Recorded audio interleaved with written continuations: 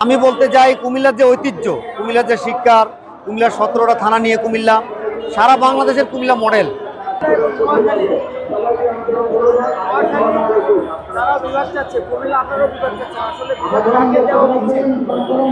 ধন্যবাদ। আসলে আমরা বাংলাদেশের নাগরিক, আমরা দেশবাসী অবগত আছি যে কুমিল্লা নোয়াখালী এই বিভাগের দাবিতে স্ব জায়গা থেকে তারা আন্দোলন সংগ্রাম করে আসছে। কিন্তু আমি বলতে চাই কুমিল্লার যে ঐতিহ্য, কুমিল্লার যে শিক্ষার, কুমিল্লার 17টা থানা নিয়ে কুমিল্লা, সারা বাংলাদেশের কুমিল্লা মডেল। অন্যান্য বাংলাদেশের যে বিভাগগুলো আছে তার থেকে কোনো দিক থেকে কুমিল্লা পিছিয়ে নাই।